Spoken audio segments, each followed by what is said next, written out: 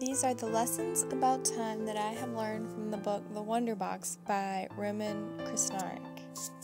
The first thing that I learned about time from this book was that time is a social convention that hasn't always existed for people. Before humans invented a way to track time or to watching it pass by, time just existed. You just lived. You didn't worry about what time it was or when you had to do your next thing. There was a better flow, and I think that through reading this book, I realized how much time plays a huge factor. Time and the clock play a huge factor in my life.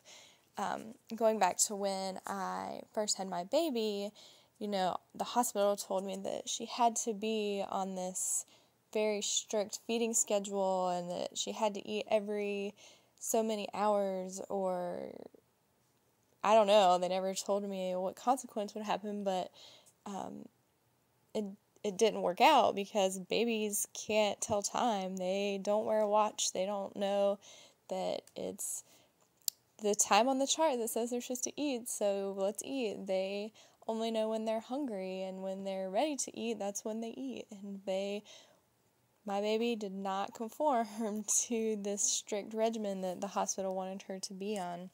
When she was hungry, she ate, and she didn't care if it was 3 o'clock or 3:27 or 3:46. She was going to eat when she wanted to.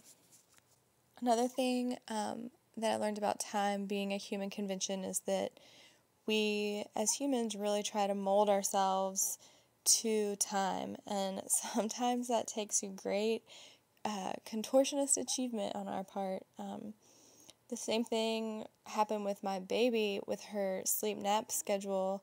The experts said that she needed so many hours of sleep every day and every night, but our baby really has her own ideas about when she is and is not going to sleep. And another thing is that now that she does sleep and eat more regularly, and I do have some little free time, when I get it and I'm alone, that time seems to run through my fingers like water.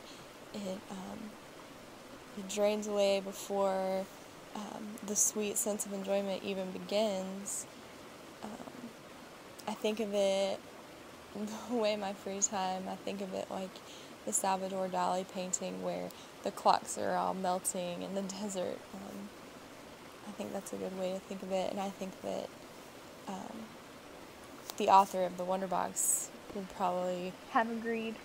One of the ideas from the Wonderbox regarding time that I attempted was meditation. One of the ideas he has about reconnecting with time and learning how to take time out or step out of time is to meditate.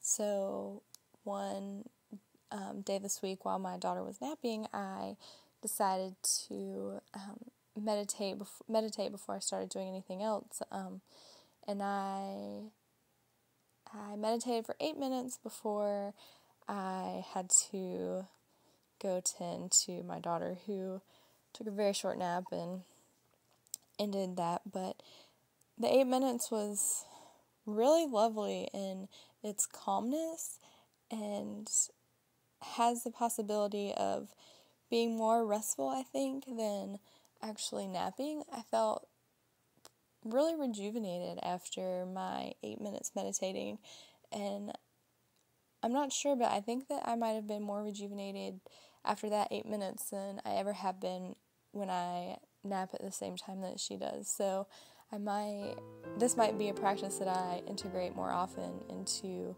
my daily routine, and that makes me really glad that I read The Wonderbox.